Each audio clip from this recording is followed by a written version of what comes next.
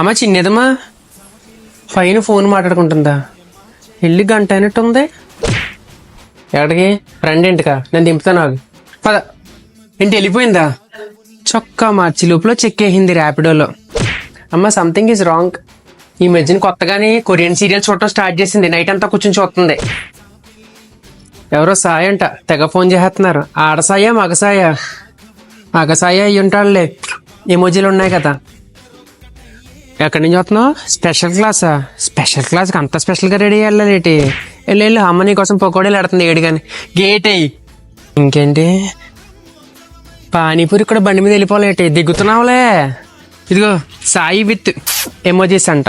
అమ్మ నెంబర్కి మెసేజ్ చేశాడు, నువ్వు బ్లాక్ చేసావంట. ఫ్రెండ్స్ని కూడా బ్లాక్ చేస్తారా? డాడీతో చెప్పను ఒకసారి. వద్దులే, సూది కోసం సూదికెళ్తే పాత బొక్కలన్నీ బయటపడ్డాయని నన్నేకెత్తాడు ఇప్పుడు.